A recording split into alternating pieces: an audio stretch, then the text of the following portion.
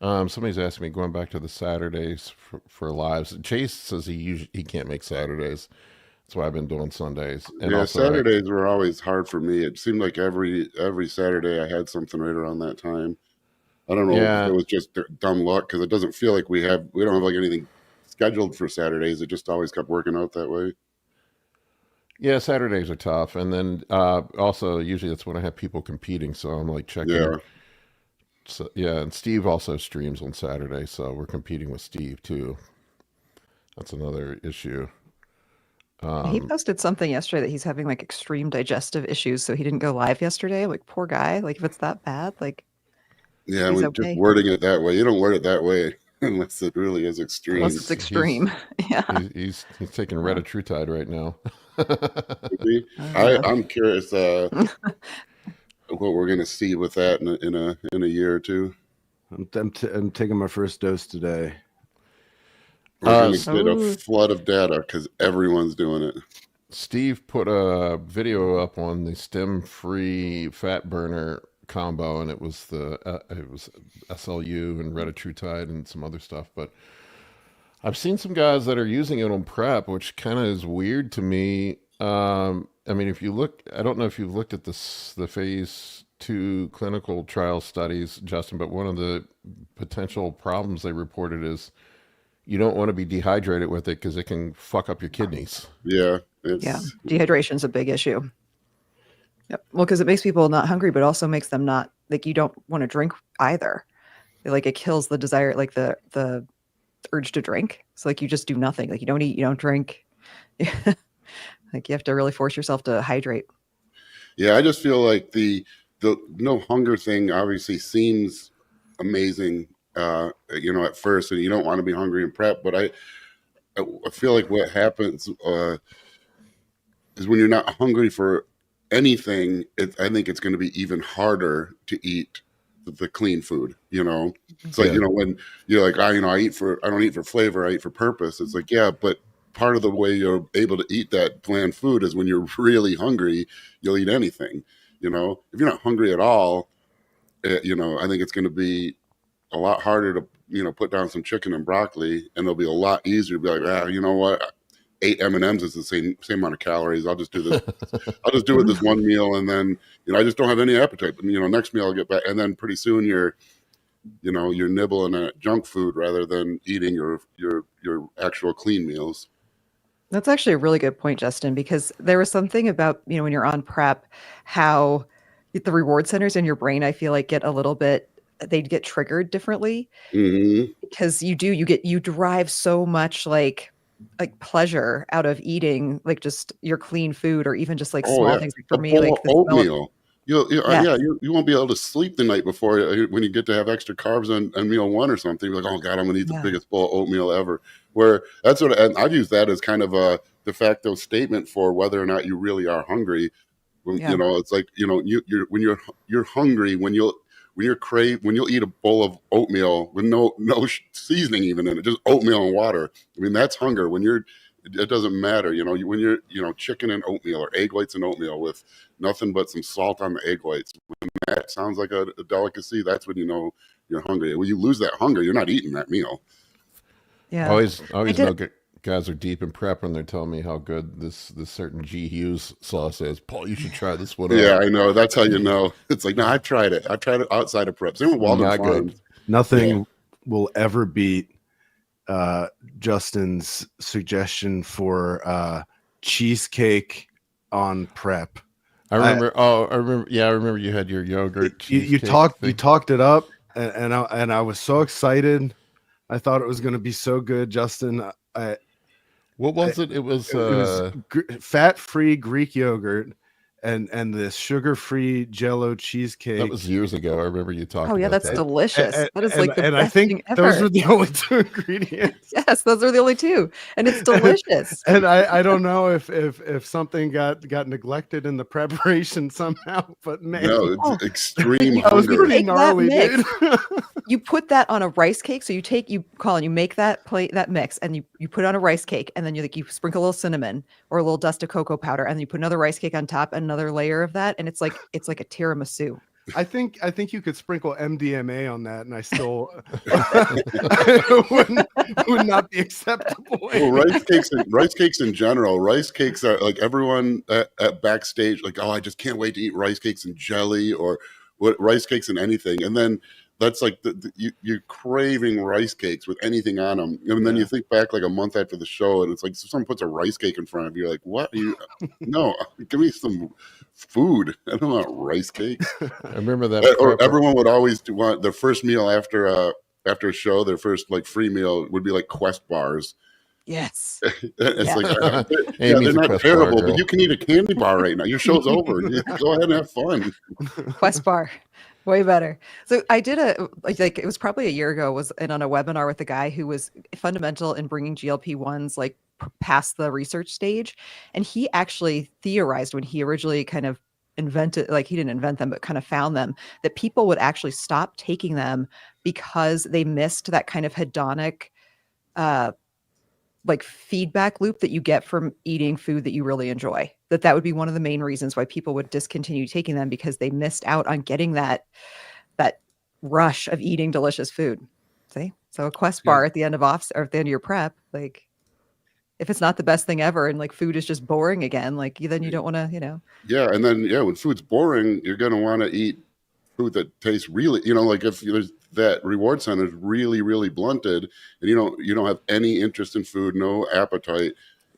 I just think it's gonna be way easier to eat really, really rich, high flavor food in small amounts and convince yourself that, I mean, obviously you're not going to convince yourself, but when you need to eat, you have no hunger and there's snacks around. It doesn't take much to fall into that. You'd be like one meal, instead of my whatever rice in this meal, I'll eat some cereal for my carbs. I'll just make sure the calories end up being the same. And you just, I agree with that. When there's no reward center and no appetite, how do you convince yourself to eat food with almost no flavor? Well, it sounds like so then you become the oral fixation at that point. You put anything in your mouth. Right. It's like the textures then. Yeah. Did you start your Retatrutide, Colin? Not yet. I'm gonna start it today. I'm gonna do my first dose today. I was gonna do last night, but I was too sleepy. From what I've heard, definitely recommend doing it at night. Yeah. From what I've heard, the gastrointestinal intestinal symptoms aren't as bad as they are with Ozempic.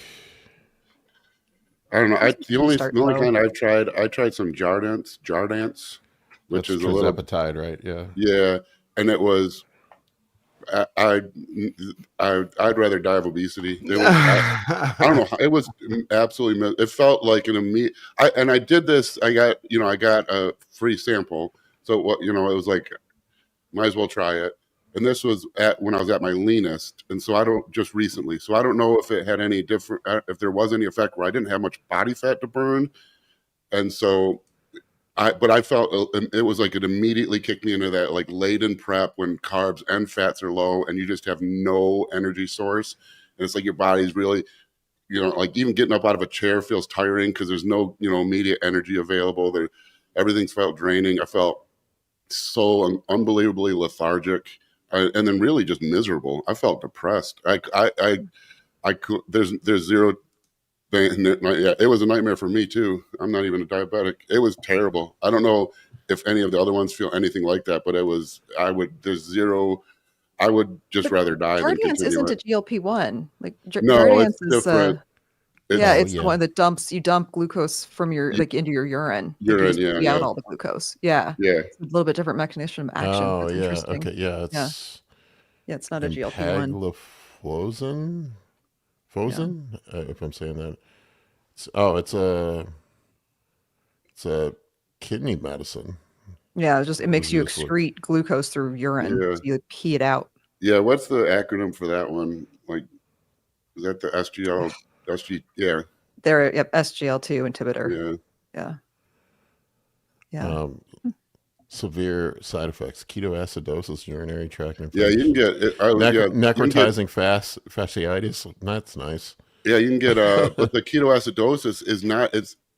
there's a type of ketoacidosis that's independent of blood sugar. I don't even understand how that can be.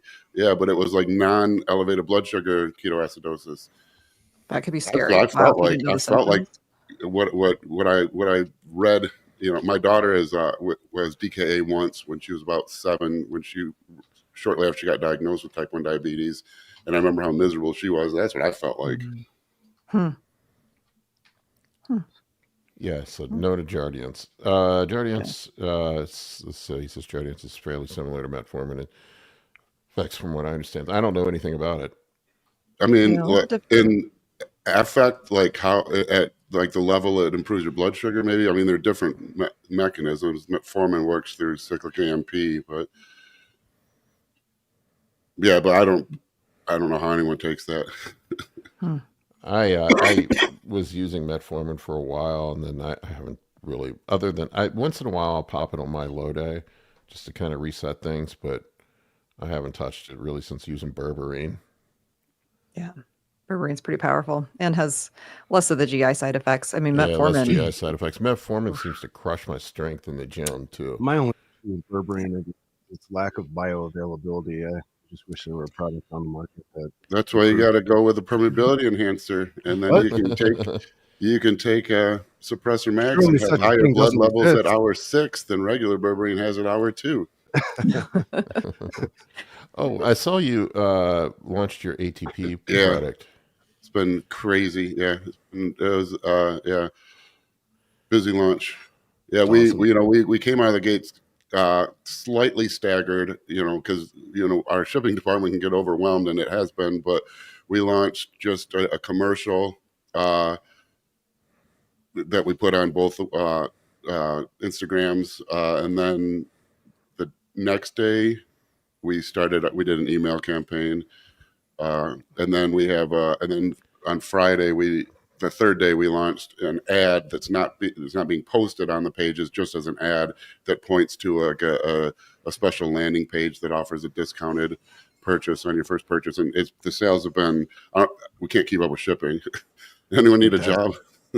That's awesome. Go get some. I need to grab grab a thing of it and try it. Are you actually going to make a drink out of it at some point? Well, I mean, the problem with RTDs is they're so expensive to ship. That's why you pay $4 for an energy drink at the store. Where this is about $1 per. So you can get 4 energy drinks worth for the same price as one energy drink.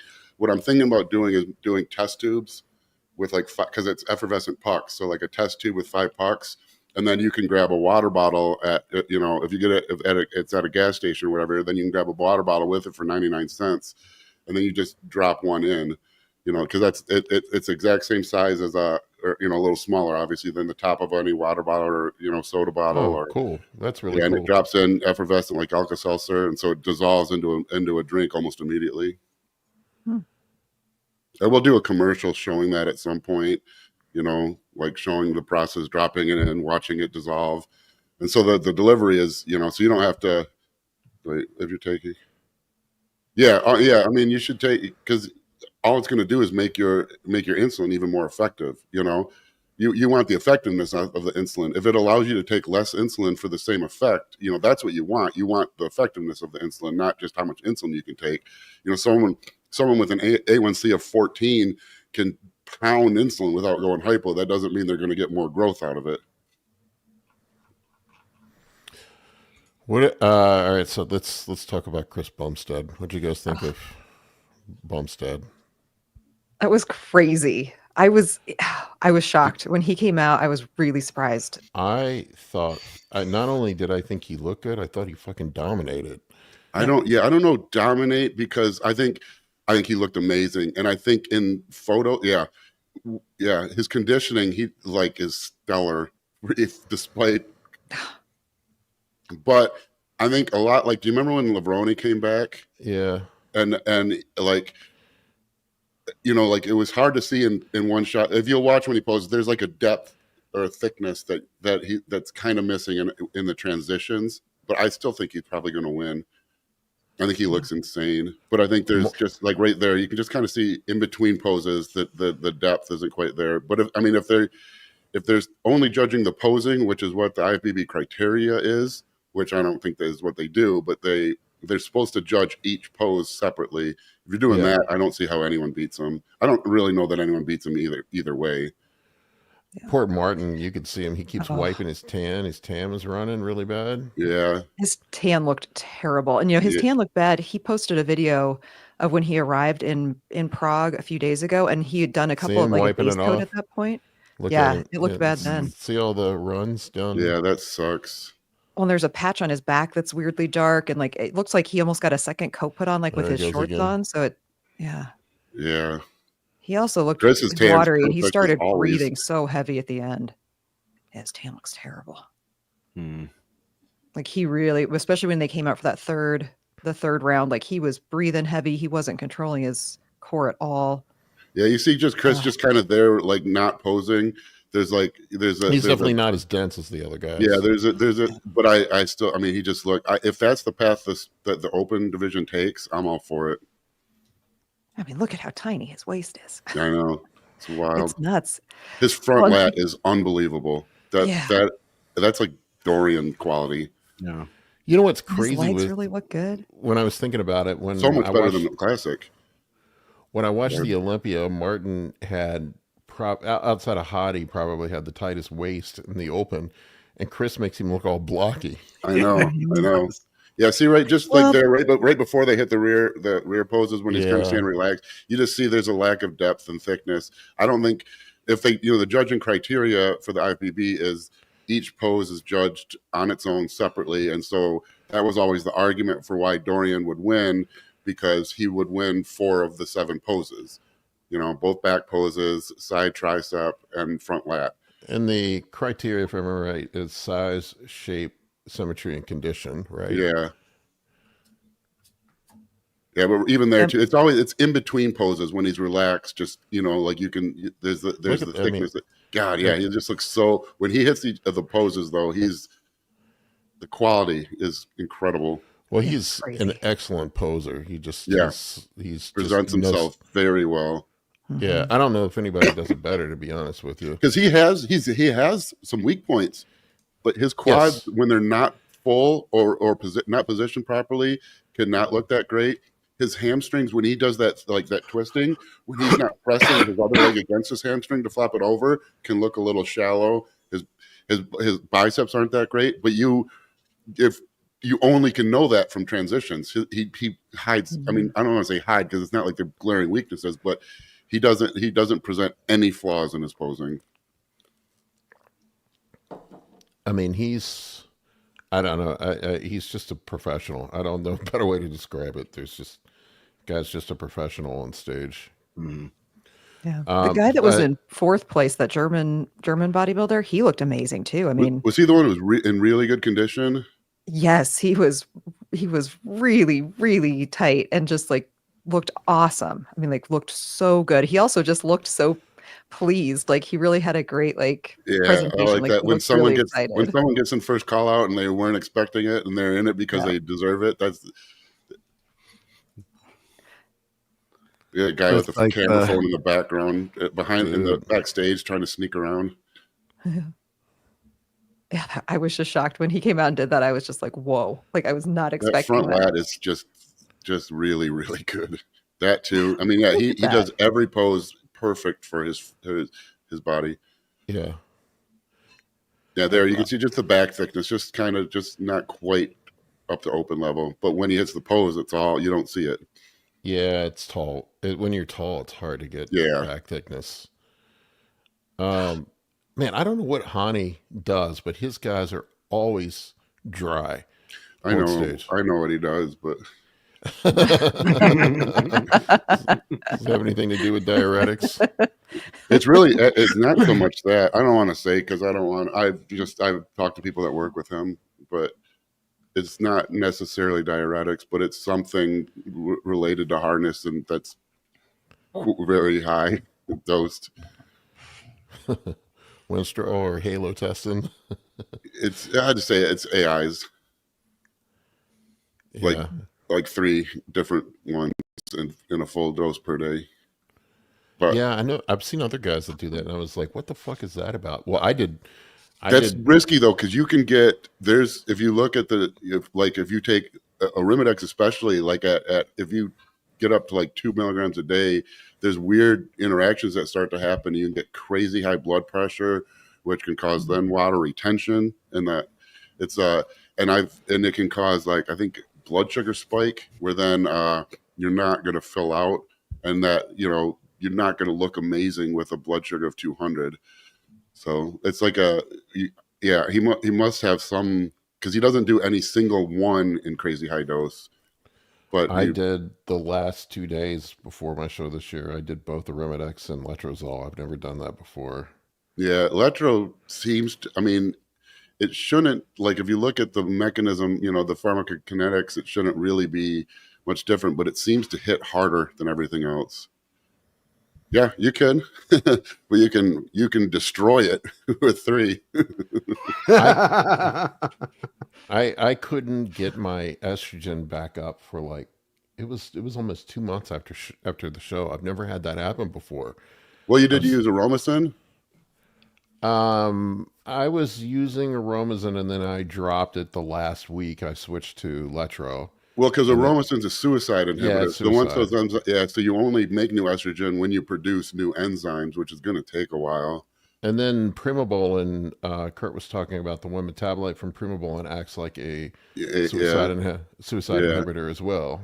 Yeah. Is it true you can jumpstart estrogen production by shaving your mustache, Justin? Yeah. Oh, yeah. Absolutely. Especially if it was a Fu Manchu. Oh, if it hit below the lip, like the harder the mustache, the greater the estrogen rebound. Right? Yeah. I should have. I should have just taken some D-ball after my show. That'll do it. Get some Sinovex. Is that what it was? Where it was like test plus estrogen. Yeah, I remember that. I've never had that issue before. It was like 6 weeks post-show, and my joints were just killing me. And I went in and got a estradiol test done, and it was like 8. Yeah. I've never had that before. Somebody was saying jumpstart it with MENT. I've heard other people say that. I've never used MENT. Man, MENT had that was like burst on the scene. I remember it's in my Comprehensive Performance Nutrition Volume 2. I kind of dog it, not necessarily because it's bad, but that was a time when it's like the sport goes in cycles where a new thing comes out, and no one would do any cycle that didn't include MET from like 2017 to 2019. I was like, guys, yeah, it's good, but it's not going to be this, and I've seen this 1,000 times. In 5 years, it's just going to be another compound, and everyone will be like, no one will ever do any cycle that doesn't include MET. It's better than anything. And here we are 5 years later, and it's just another compound again. Nobody uses it. The last couple of years, it's been DHB, and then I've seen multiple people put themselves in the hospital with DHB from chronic liver failure. Yeah. Or acute. Yeah. There's I've seen a couple people have ALT and AST in the thousands. Oh man, the highest I've seen was 700. That's crazy. Yeah. Yeah, I've seen some crazy ALT and AST from. Yeah, and that's that's the stuff that drives me crazy, because it doesn't matter how good of a compound it is. This sport it's a decade of hard work before you're anywhere near your peak. Yep. If you do one cycle of something and have liver enzymes in 4 digits, where are you in 15 years when you'll be at your peak in the sport? That's what's one of my biggest frustrating things with the younger guys is they don't, that's really why test Primo GH and insulin, I think, is the ultimate combo, is because it's something that really allows you to push doses pretty high with minimal side effects for a decade. DHB might be amazing, but you're not blasting it for a decade, or not. You can try, but you ain't making it 10 years. How many young men do you know that have, dreams in this sport that are thinking 10 years, 15 years, 20 years in the future when they first get started, Well, no, and they just think they'll deal with it in the future, Of course. Of course. And then, we're all fair, invincible when we're young men, but that's why you need a coach like Paul or Justin, guys. I'm telling you, you're too dumb to realize how dumb you are. Yeah, it's same with the GH. It's like, yes, you can do high dose GH as a 22-year-old, and you're going to rapidly expand your progress. But the problem is you get about a decade of high dose GH before all the non-inviting effects of it's come into play, a widened waist, a thickened skin, some of that, nerve compression, the carpal tunnel type thing. You get that really, it's not just, it's most noticeable within the carpal tunnel, but that massive fluid volume is compressing nerves everywhere. And so I think you see guys, they start losing their quad sweep. A lot of guys have triceps that kind of fade if you look at, older bodybuilders. And I think that's all related to it. And so, if you're peaking the sport, it's like 38 to 42, which is really what it is now, and you're 22, and so you blast GH, and in 10 years, all that stuff starts happening. You're only 32. You're a decade from what could have been your absolute peak, and that's why so many young guys, they burst on the sport, but they don't have long careers. And maybe, who knows if they'll even want a long career? Who knows? At 22, you don't know what you're going to want to do at 42, but you're preventing yourself from being as good as you possibly could be in the sport. Justin, you're hurting my feelings. I love GH. Oh yeah, but you're over 30. If you're over 30, go tits deep with it. I mean, go all in. If you're 32, because in a decade you're on the tail end of the sport. If you're over 30, go for it. Because then when the GH effects start kind of negating your progress, you're already past the point of your peak anyways. You want to time the GH with your natural peak. So obviously, 30 is kind of the marker for me. Once you hit age 30, go all in with it. If you're under 30 and you go all in, just know that if you're still in the sport, when you're 38, you're not going to look as good as you could, and you're going to look quite a bit worse than you probably could. We were talking about it, was it last week or week before, that it seems like now, like it used to be before GH, there was never really any successful bodybuilders much over 40. And since GH, you see a lot of really high quality bodybuilders. It has to do, probably has to do with satellite cell proliferation. Just is not adequate without GH if you're over 40. Yeah. And just to clarify, because I didn't really clarify this well, I'm not saying don't use GH in your 20s. I'm saying don't do double digits IUs a day. Saying do sane doses, 2, 4, maybe 5, but don't hit the big doses until you're 30.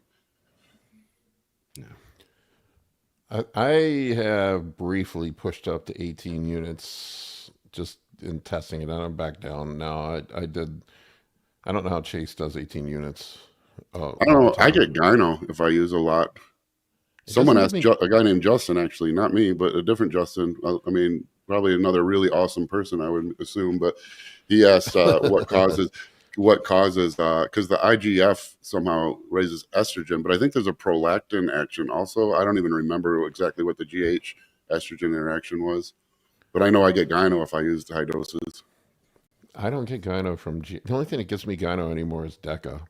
Yeah, that's it, same. Deca and GH. I've never tried it, but I would assume I could do 10 grams of test without using an AI. Nothing's ever given me any estrogen side effects other than Deca. And my prolactin, my first Deca cycle was when I found out my prolactin was like outrageously high.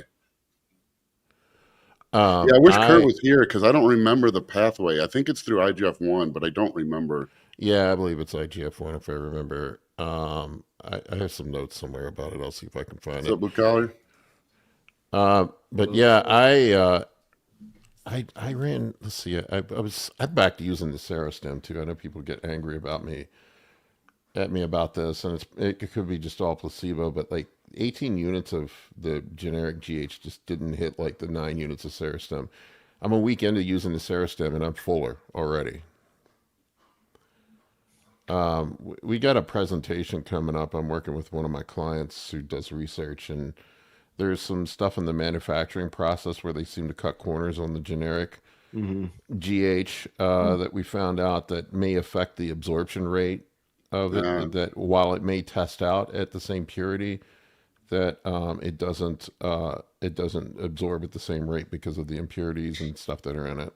That would make sense. I would like additive. Sorry, makes a lot of sense. I would like to hear like a compelling, actual, scientific reason for why. Because people, people obviously across the board notice that, but I always wonder: are they noticing it because they're spending all the money for farm, and you can convince yourself that? But it seems like it's across the board. Everyone notices. So it'd be nice to have an actual, like, scientific reason for what it is. Yeah, it had to do with the filtration process and some of the additives that they use, and that it affects the pore size of the molecule. Mm. And then even though the purity test out correct, the residual additives that are in there seem to affect the absorption rate. That makes a Whether lot of enough, sense. whether enough it's to enough to justify the, Cost. 10 times expense or whatever, who knows, but it's I don't know, it could be all placebo, but I definitely notice a difference. That would, if that were true, that would explain, the difference that people report, and also the confusion from people who are like, well, it's the same. It should work the same. Yeah. Like, Especially because generics, I don't know if you've seen them getting tested lately. They all test. I think everyone seems to be 5 milligram vials now instead of 3 milligrams, because they're all testing out like 15, 16. I saw 16.83 IU test. The ones I have are 18. Yeah. 6 Okay. milligrams. Yeah. Geez. Yeah. So they're. Oh, you have Serostim, I thought. Are you talking about generics? No, there's generics that are 6 They're tested at milligrams. 18. So that would be 6 milligram vials, which would make sense because they're coming unlabeled from China. So they're probably either 3, 5, or 6 milligram. I don't know that I've seen any because they're not like generics. It's not underground labs. It's not in someone's bathroom. Like 80% of U.S. pharmaceuticals are produced in India or China. That's where these are being produced. The same place you're getting your generic Lipitor or or your generic blood pressure medication. It's just but Serostims are produced in the U.S. still. Yeah, so here it is. If you look it up, Serostim is 90% bioavailable. Nortotropin, which uses the same additives as generics, is 40 to 50%. That would make sense. mm-hmm. Yeah, it makes a lot of sense. Yeah, so it's not just purity; it's bioavailability too. I mean, and I think that's a piece that people are missing out on. But universally, when you talk to the guys that are at the high level of bodybuilding, they're all using Serostim. Kind of reminiscent of the vegetarian diet argument of bioavailability. Like, yeah, maybe in a way, like they argue like I'm getting the same amount of protein from these veggies. Yeah, but you're right. Yeah, your limit with that. The problem with that, is there's you need the essential amino acids, and very few vegetables are complete protein. Well, it's all protein, right? Yeah, and you're limited by the whatever argument like being made. Yeah, the essential, the rate limiting amino acid and vegetables is always pretty low. There's always like one essential amino acid that's like there's hardly any of it, and that's that's what you're limited to growth in, whatever the essential amino acid and lowest concentration is. It's fascinating though, but I like for just the regular old gym bro, it's not worth blowing your whole paycheck out on that. It's not going to make that huge of a difference in your progress. But if there's a plastic trophy on the line, then you do what you got to do. I love the plastic trophy thing. That always makes me laugh when I got my pro card. All the messages I got from dudes like, "Oh, all that money and all that sacrifice for a plastic trophy," and I'm like, "All right, bro. If I showed you my bank account the month after my show, you'd see how much that plastic trophy was worth." Not humble bragging, but just bragging, legit bragging. Different, the old school legit. There's bragging. 2 types of flexes. Yes, there on was the stage. There was no prize money at that show, but that's why I think the real prize is the friends we made along the way. Yeah, right. That's right. Or the friends I lost from being grumpy on contest prep. I definitely didn't make any new friends at the gym. Telling people to get off machines when they're taking too long. I have a habit of doing that on prep. I'm nicer. I was working out Friday night. I worked out a DMV iron, Colin, but there was a kid there who was just sitting on the pec fly machine, just on his phone. On his phone I timed it. It was 5 minutes, and I gave him the 5 minutes, and I finally went up. I stood right in front of him. He still didn't see me. I mean, I was like 6 inches away from him. And then finally I went like this. I put my hand between his phone and his face, and he looked up, and his eyes were as big as 50-cent pieces. And he goes, is there a problem, sir? And I'm like, Yeah, man, you've been texting for 5 minutes straight and haven't done a set. Can I work in? He's like, yeah, I'm sorry, man. I'm sorry. My mom just died. I'm talking to police, right? Then I would feel like an asshole. Yeah, And he was actually nice. He's like, I'm really sorry, bro. I just kind of zoned out. And I'm like, okay, I'm that's locked cool. in to my phone. I'm locked in. TikTok locked in.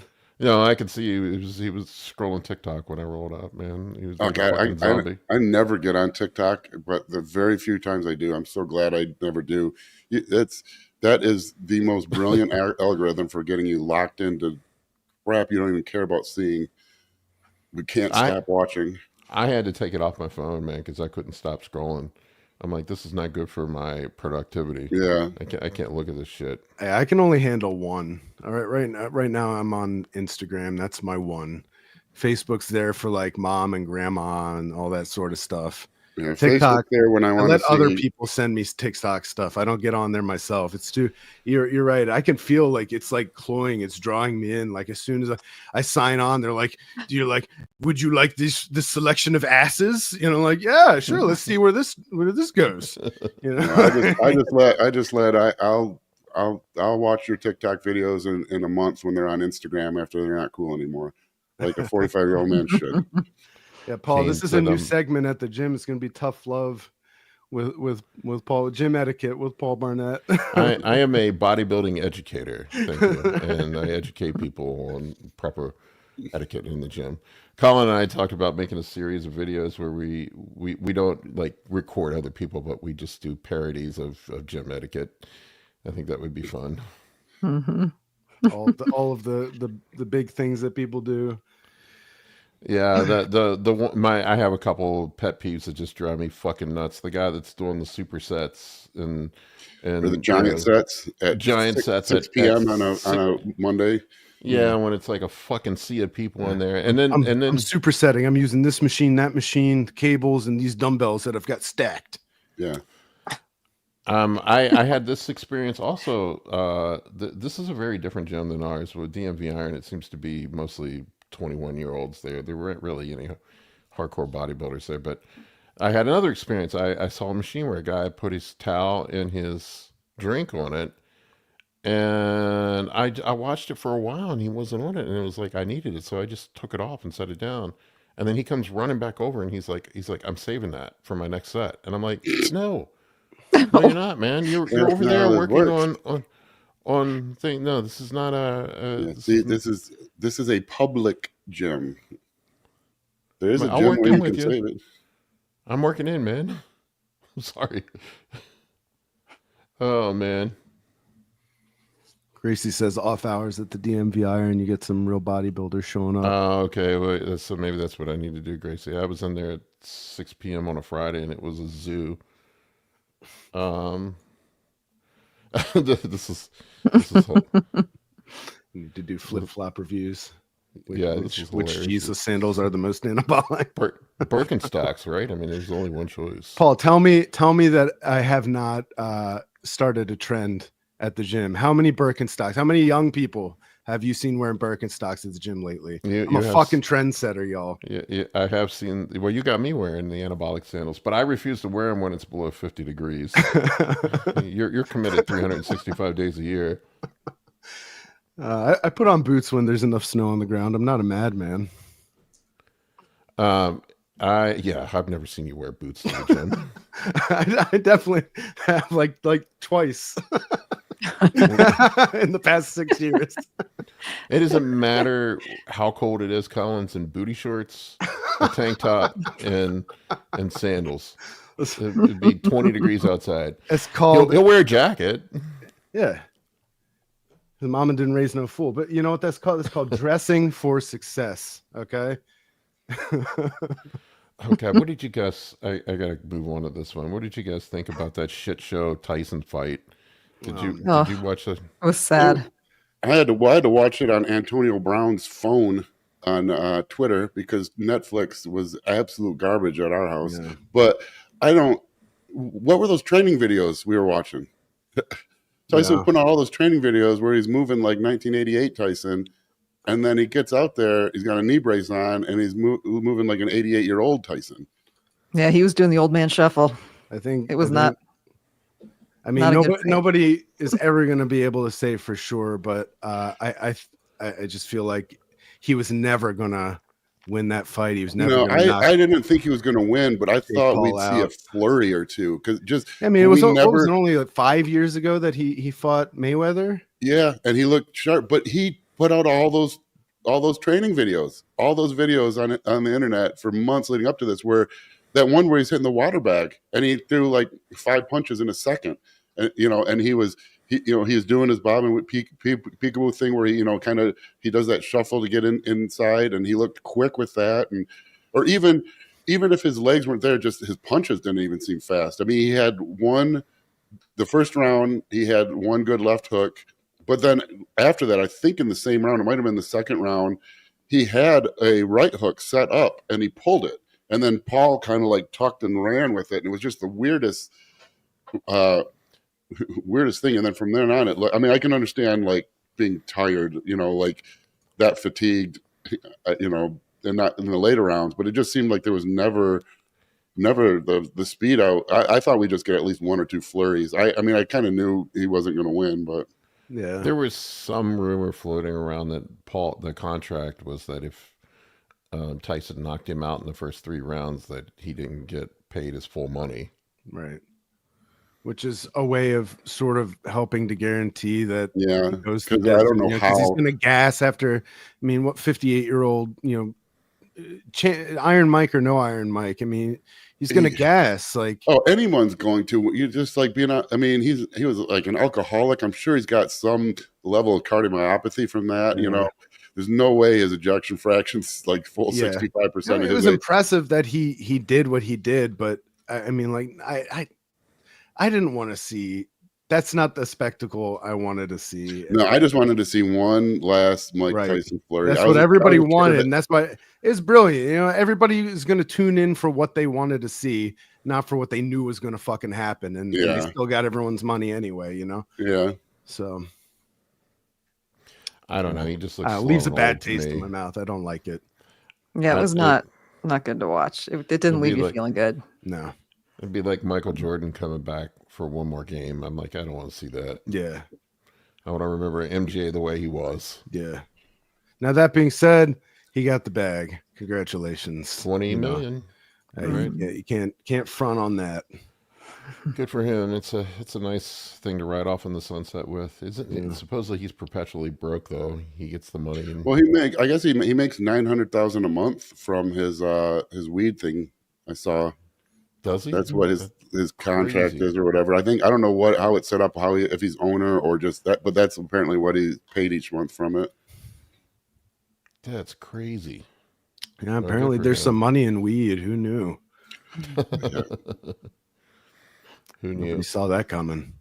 All right, we want to take some questions. Yeah, we got a couple questions. I guess I'll be able to get maybe one or two. I got to be on the road by noon. So okay, let me no problem, man. see if there's anything that is Justin specific.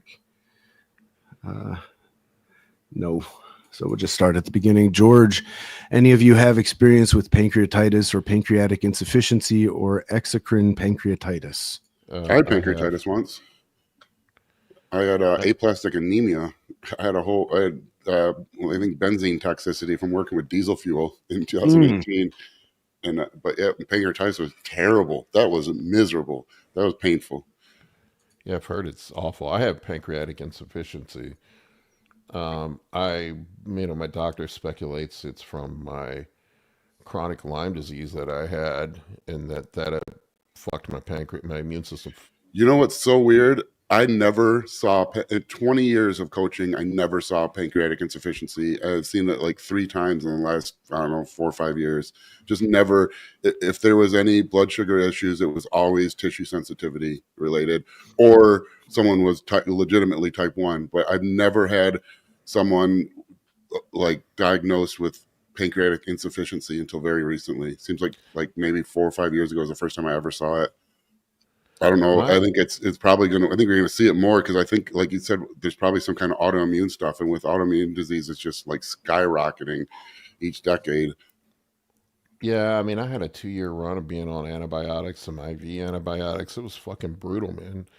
I think, were you at Network Depot when I was going through all the Lyme stuff, Colin? Yeah, I remember that. Yeah, it was pretty. I remember it was. I remember when you finally got the diagnosis.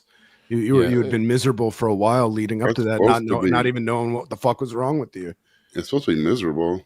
I had a heart arrhythmia, and that went away. It was fucking crazy, man.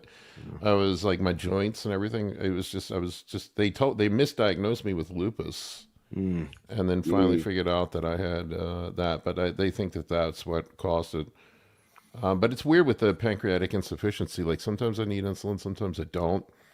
Like I can like, well, I mean, it makes sense, but by the end of contest prep, I usually don't even need it at all. But yeah, it's Real quick, Zero just asked something before I got to leave, but he said about the way we process food. Yeah, I have celiac. And one time we were on vacation in Mexico and I ate a taco that I didn't realize until like halfway through was a flour tortilla. And I thought for sure I was going to be ruined. And it was like the symptoms were so mild compared to if I even anywhere close to wheat in America. Mm. It was really surprising. I mean, I could tell I still wasn't great, but if I ate a taco with flour tortilla here, it'd be a week where I'd just be destroyed. Oh, jeez. Yeah, that's I interesting. gotta go. all right, Justin. Guys. I think my recording's up to Justin. date, so I'm just gonna leave the studio. See you guys. Adios, All right, amigo. see ya. All right, what do we got next? I guess I'll do my best fielding the questions, and Amy and I can, right? Yes, we got this. Let's see here. Amy, did you get a new camera? Everybody, it's great. Nope, it's the same camera. It's maybe the internet on Sundays actually is less laggy than it is on Saturdays. So it could Lighting. just be that I have better internet today. Yeah, you're just radiant. Thank you, Colin. Justin, what causes gyno from HGH? Is it prolactin increase? I guess we were hoping Kurt could answer this one, huh? Yeah, let me see if I can find it in my notes. I have it. I think it's IGF-1. I'm pretty sure it's IGF-1. Sometimes, let's see, sometimes can be due to HGH can increase estrogen levels. Okay, stimulates the production of IGF-1, which can influence the conversion of estrogen, testosterone to estrogen through increased aromatase enzyme. So there you go. So it seems like the IGF-1 has an effect on increased. In some cases, HGH can increase prolactin levels. And that's what I see here from the notes. I have, like, people get panicked about the prolactin stuff. I look at hundreds of blood panels annually, and I almost never see high prolactin. Like it's a serious anomaly. Like maybe once or twice a year I'll see somebody with high prolactin, and guys, do crazy shit like taking Caber, dopamine agonist, to treat it when they don't need it, and fucking with dopamine. That seems crazy to me, and end up with dopamine agonist withdrawal syndrome. So I wouldn't proactively take something like that. I've never had HGH cause gyno in me, and I am prone to gyno. It's almost always for me. It's Deca or D-ball were the two that got me.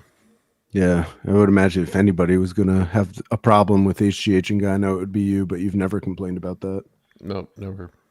All right. Let's see. Marks, how can I raise my SHBG? It dropped to 9 when I added 500 mass to 500 test. Thinking about changing the mass to primo. I don't know why people get so obsessed with SHBG. Nobody used to care about that. I've heard that low SHBG can affect sex drive. I've not had that experience, man. Just take more tests, and sex drive is pretty good. It should be good on Masteron. But if you're concerned about SHBG, you do not. The DHT-derived steroids seem to be the worst at lowering it. So I would stay away from Mast or Primobolan.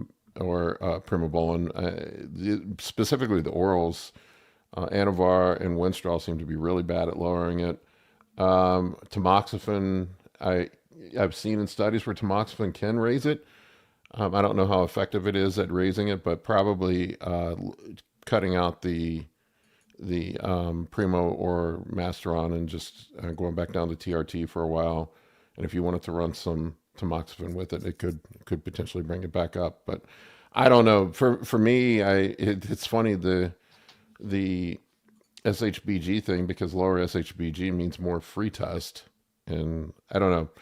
Some guys, in the old days of bodybuilding, everybody was trying to crush their SHBG. Now everybody wants it higher. Um, yeah, here Josh has it. IGF-1 plus estradiol or hyperlactinemia. There we go. Thanks, Josh. For the prolactin question. Yep. Let's see. Acer, how long do you guys usually find it takes for the water weight associated with HGH to subside? I am up 8 pounds in a week from 5 IUs a day, and my lower back is dead. Yeah, you get the Getting low some back crazy pumps. pumps. I would say it's probably more diet related than the HGH related. I don't get much water retention from HGH. I think, guys, there's this cult of over consuming sodium now that I just don't fucking understand. Guys eating 15, 20 grams of sodium a day, you do not need that much sodium. You need enough. I mean, it's related to how much you're sweating, how much you're losing through peeing, how much water you drink, etc. But I switched to light salt, which has at the recommendation of Dr. Dean St. Mart, which has the perfect ratio of potassium to sodium. It's a three parts potassium, 2 parts sodium, if I recall correctly. Seems like people vastly overconsume sodium and do not get enough potassium, and then the sodium potassium pump is all fucking screwed up, and you have a bunch of subcutaneous water retention. And I noticed that I don't have the water retention and the blood pressure issues since using that. I just don't get it. Now, with the HGH, I do notice that people get water retention initially, and then it kind of settles down after a while. You could back off the dose too. It could be high estradiol in combination with the HGH could be the issue. I mean, there's a multitude of things. I don't know if you have anything to add to that, Amy. Nope, I would have said the same thing, just to maybe back off a little bit and then ramp back up a little more slowly. I do see that bros just vastly overconsume sodium though. There's a foolproof since I started using that light salt too. A foolproof method I've found for like sort of salting my food intelligently, but not having too much sodium is start with the light salt, salt it like you normally would, and then grab something like I like the McCormick Monterey chicken seasoning. Josh likes Mrs. Dash. Just put a little bit of like one of those standard seasonings on after you've done your light salt, and that'll add a little bit of flavor from the herbs, and like those usually have a little bit of standard salt in them too, and that'll be enough. It'll be plenty. I've noticed since using the light salt, when I go back to regular salt, how salty it tastes to me. Yeah, like I didn't notice it before. Like it's like, oh my god, this is bad. I didn't realize Mrs. Dash is pure potassium salt. That's cool. No, I didn't know that either. I will say this, the caveat though, there are a lot of bros that are taking ARBs, and you do have to be careful with potassium consumption when you're on an ARB, because you can end up hyperkalemic. So that is a problem with ARBs. You have to be careful with because it causes potassium retention. I usually drop it at the end of contest prep too, because of people using water depletion and using potassium sparing diuretics and stuff. The last thing you need is an ARB in there to even make your potassium levels even higher, and end up fucking dying on the bodybuilding stage from hyperkalemia. It's not ideal. No, it's not ideal. Oh, another thing I've seen too is the bros will use sea salt. I've seen a lot of this lately, and they're not getting enough iodine. And I've seen a lot of people with iodine deficiencies on blood work. Really? That's interesting. Yep. Yeah, I've seen that. Back in the day when we started with Dr. Todd, I actually used an iodine supplement, And then once I ran out of that, I bought some iodized salt, and that's Yeah. all you need. But Yeah, here's an idea. Just use regular iodized salt instead of sea salt. Yeah. I don't know that there's something magic about sea salt. I think a lot of it's just marketing. I mean, Amy smiling. Do you disagree? Oh no, it's just it's so true. I mean, like I just think of all the things that the like fringe longevity people are all about, and like dead sea salts, and like you have to have like a quarter teaspoon of dead sea salt first thing in the morning, or else like you're literally not going to have any muscle contractibility the entire day. And I mean, they'll sell bags of salt for like $20 for a tiny little bag of like the special sea salt. Yeah. I do like trace minerals though. I have people do like trace minerals during the day, but like to get a broader range of stuff, not just whatever is in this magical bag. And there are definitely some trace minerals. That is the benefit. The one argument for sea salt is there's other trace minerals in them, magnesium and some other stuff that calcium. There's other stuff that's in there. But I have seen quite a few people. You'll see people with low thyroid and levels, and then I'll have them get an iodine test done, and their iodine's low. Yeah. Well, because it gets depleted, and that that is something most of the like glandular supplements I recommend for people who have some thyroid dysregulation. Almost all have some iodine in them, but it's really easy to overdo it too because it can be hard for your body to break down. So I don't usually have people add in an iodine supplement. What I would prefer them do is either do iodized salt or do some sea vegetables, like some seaweed, some dulce flakes, like something that has iodine in it that is in a more bioavailable form and is less likely to kind of build up in your system. Because if you get too much thyroid or too much iodine, it can actually have a negative impact on thyroid function as well. When I was eating that way, I would just eat some beets. Mm-hmm. Yeah, I love beets. I mean, for so many reasons. Like they're so nutrient dense, nitric oxide production. Like they're really good for digestion. Beets are awesome. Yep, beets are a way to do it, but just don't get them on your shirt. Yeah, they'll stain everything. Like you like murdered somebody after you like cut up some beets. Yeah. That's why I tell people to eat the golden beets, instead of the red beets, so it doesn't look like you killed somebody in your kitchen. It's a good way to do a transit test too for people who we're trying to figure out if they have like a slow transit time, is to have a bolus of beets. Mr. Chase. There's Chase. Hey, what's up? Nothing much, man. I was telling everybody earlier, I went back to Serostim like 5 days ago, and I already see a difference, man. Don't do that. It's no, he's lying, guys. It's garbage. Don't use that trash. Don't waste your money. Just a waste of money. Don't worry, guys. It's a waste of money. I'm just throwing it away. How are you feeling, man? You sound like you're still stuffed up. Oh yeah, I'm still sick. It's getting better. I just keep coughing stuff up, but yeah. At least I don't like have a fever and shit anymore. Like, yeah, it's been the last 2 weeks have been just crap. So it sucks, dude. Josh says most Serostim is fake, guys. Not if you buy it straight from your HIV friend. No, it's fake. Even from those guys, it's fake. Don't even look for it. Don't even look. Generics. You get so big on generics. It's so good. Ronnie Coleman used generics. I bet you Chris Bumstead did too. Chris does too. Chris does. I've talked to him. Ronnie Coleman did not use generic barbecue sauce. He used name brand. Chase is burning $100 bills to stay warm. It's like, no, man, I spent it all on Serostim. I'm broke. I'm an idiot. So dumb. Oh man. Yeah. All right, what do we got next for questions? Let's see here. Dominic's friend has high GGTP and ALT after being on true TRT for 25 weeks. I'm sorry, he's been off TRT for 25 weeks and he has high GGTP and ALT. He had all scans done on his liver. There's no fatty liver. The liver itself appears fine, but his ALT is still above 200. Thoughts? I don't know on that one, man. I have no idea. I have no idea. Yeah, it's Yeah.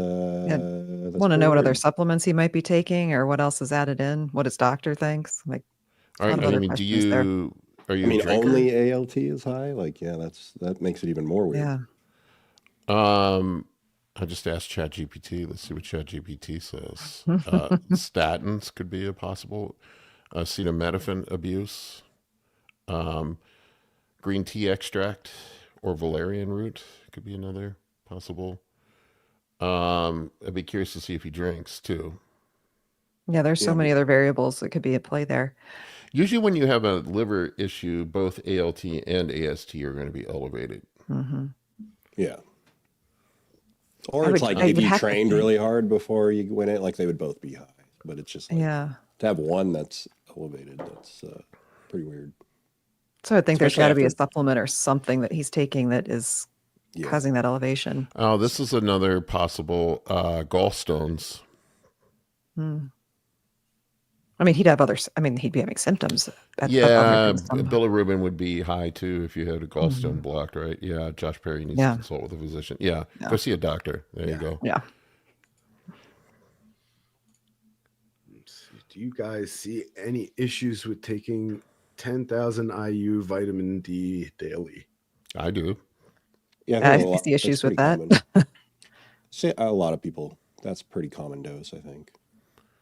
What did you say, Amy? I'd be getting your vitamin D checked. I mean, that could end up Yeah. being high over time. And if you're needing that level to stay at a normal level of vitamin D, perhaps the vitamin D you're taking is not being well absorbed, and like switching to a more bioavailable form of vitamin D that you could take less of. I mean, if you're taking 10,000 and that's just barely keeping you normal, Mhm. I would look at maybe switching to something that was a better fit for you or something that you could actually absorb, because you're not I mean, you're clearly not absorbing it at that level. So it seems like kind of a waste, or maybe you're way out of range and like way too high. And that's also not great. If 10,000. Josh is a nurse, right? Yeah, GGT at Yes. that level is worrisome. Yeah, dude, Yeah. you got to go to the doctor and get that checked out. Yeah. Something's going on. All right, what do we got up next? Ephedrine versus Clen, which burns more fat? He has an easier time getting ephedrine in Canada.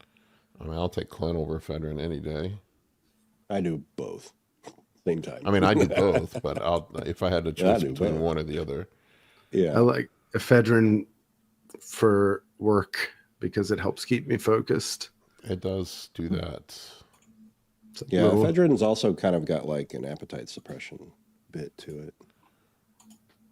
So I don't know. I mean, like, if I had to choose one or the other, I don't know. I would probably choose. Well, I'd probably choose ephedrine, but like I said, I do. Clen I'm on both at the same time. Well, if I recall correctly, Clen is a lot of the time. Clen is selective, right? And ephedrine It's more is not. selective, yeah. But Yeah. it's like I'll use those, but I also use Nebivolol with it, so it'll block the beta 1 receptors, so that it doesn't necessarily affect my heart, the same as it would. Yeah, without. that was. I remember Lyle McDonald saying that many Yeah. years ago. Yeah, I mean, I don't really see a crazy increase in my resting heart rate when I'm doing that, and I feel like I don't know. Lyle said that there was like a synergistic effect with fat burning that Nebivolol or specific beta blockers can bring out, but I don't know as if I burned fat better, but Well, Justin, on our prep, he always has us run caffeine, yohimbine, ephedrine, and Clen. That's his combo. Well, there you go. Yeah, I mean, it's pretty standard. That's what I was doing. So It works. yeah, Just be prepared to get like 4 hours a night of sleep. I can imagine taking all of those together. That seems pretty intense. Well, we know Amy's intense on yohimbine. Exactly. When you add in like some Clen and some caffeine and other stimulants, oh my gosh. It would be a lot. Be like a Tasmanian devil version of myself.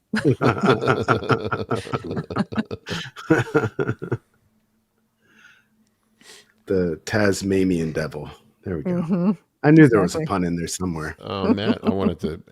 People were asking about this. I was watching last week's stream. There was a discussion about training the slow negative actually being bad for growth or inflammatory, not in a good way. No, you misunderstood it.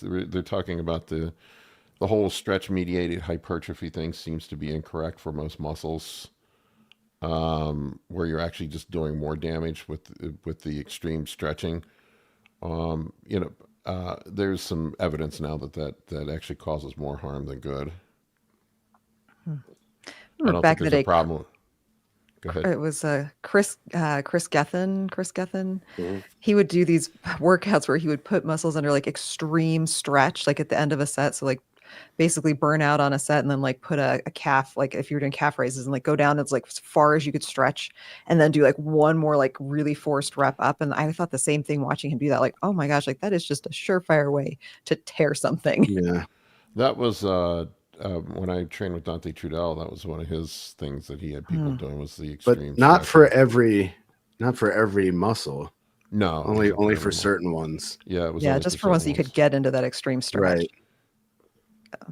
Yeah. Yeah, it's that's I actually interviewed that scientific snitch a lady yesterday, Ella. I'm going to have that up this week, but we were talking about that.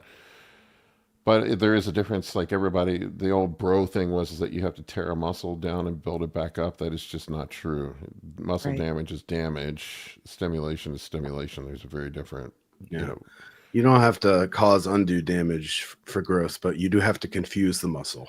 That's been established. I mean, think about it. Like, I mean, just think about it from a logical perspective. If you're actually causing damage, if you're tearing muscle fibers, those fibers have to repair before any growth is going to happen. Yeah, and the especially if you're doing that in a deficit, like in a calorie deficit, like that's just so much more work that you're having to put in to repair a muscle, like, and even less ability to grow at that point. Yep. Yep. That's why the whole reps and reserve thing seems to work really well. You go up close to the edge where you provide enough stimulus and not over, and you can also continue. Like people think that you can't continue to progressive overload with reps and reserve. You certainly can. You can go up to. I mean, it's as long as you're like always in, reps in reserve, you get better at those reps in reserve, like, like you progress through that. Mm-hmm. Like if you're always 2 reps shy of failure, you Right. get stronger at Yes. 2 reps shy of failure. And if you're not absolutely nuking yourself, killing yourself, where you're doing a bunch of damage, you can train again Sooner. Yeah, and provide more stimulus. We Like, got I train twice a week. Cubensis here. We met him at the Olympia. Hey, just letting the community know I won my heavyweight class last night. Congrats, bro. Congrats, man. That's He's awesome. nationally qualified now. He says, I appreciate all the lessons I've been able to learn from y'all and meeting everybody at the O. Bro, so proud of you. Time That's to get on fucking stage awesome. and with the big boys now. Once you go up and compete with the national stage, you won't want to go back to the local shows. That's fantastic, man. Really awesome. All right, let's A grab real quick one. HGH, I know we've discussed this before. Sub-Q or intramuscular? I do it sub-Q. Sub-Q. Sub-Q. There you go. Quick one and done for you. Here's one we don't talk about that much. How important is stretching and mobility work for longevity and bodybuilding? I know Paul is a huge proponent. We get to the gym. He gets there an hour before I do, and he's still like with the fucking foam rollers when I get there. Like, I'm like, bro, fucking warrior 1 pose, warrior 2. Like, can we get going? I don't even do warm-up sets half the time.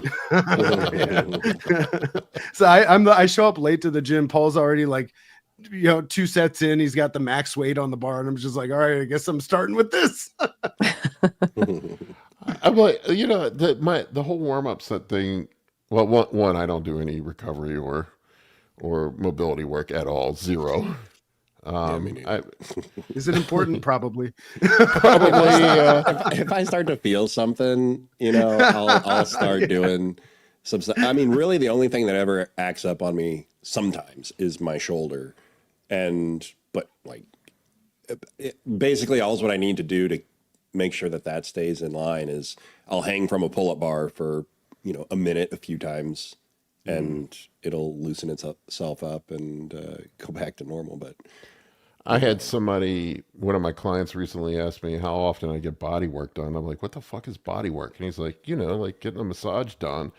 I'm like, bro, the last time I had a massage done was at 2002 at a bachelor party, and it was a naughty massage.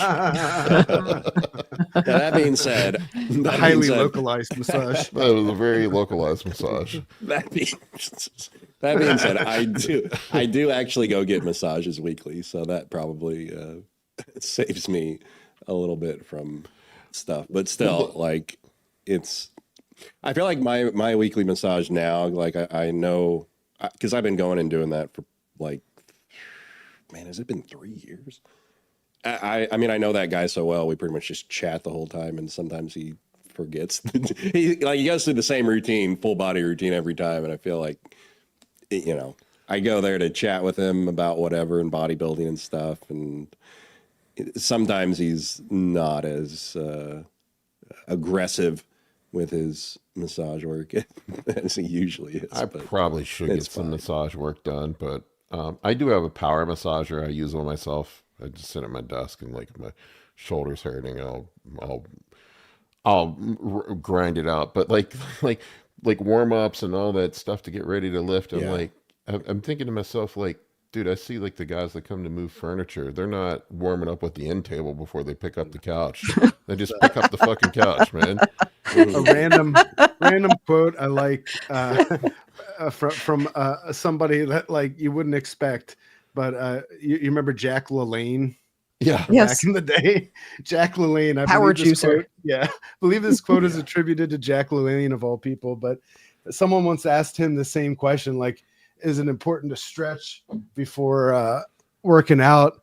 And he said, you see a lion stretching in the Serengeti before chasing down its prey. You're oh God, I'm so fucking hungry. Let's get this cell. Let's fucking go. Now, 1, 2, okay. No, they just go. Now, with that said, I'm if I'm doing a heavy leg press, I'm not jumping right on 10 plates aside. You want to work your way up a little bit, but I see bros doing 3 sets of warm-ups on cable curls before they do their 30-pound cable curl. That seems a little asinine to me. Just jump on the 30 pounds, man. Yeah, I mean, usually my first exercise, I'll build up, but then everything after that, all the exercises after that, it's pretty much straight to the top set. Yeah, that's kind of how I do it. Yeah. My wife has a power massager too, Paul. All right, let's grab one more, and then I gotta go. Well, we got this gentleman. I believe his name is pronounced Steve. 9 weeks at 700 testosterone, 350 Deca, week 25, and Anastrozole day 0.25. Sorry, and Anastrozole day. Notice no difference from 200 test, 100 Deca a week, 0.25 Anastrozole. His goal is to recomp. His diet is the same. Well, that's why you haven't recomped. Yeah. Your diet's the same. That answers your question there. I think he's saying he doesn't notice a difference between 700 tests and 200 tests and 350 Deca and 100 Deca, even though his diet was the same. Well, odd. I mean, that's pretty weird, but I'm going to say, welcome to my world. I don't notice a difference in any dose, whether it's 200 tests or it's 3,000 tests.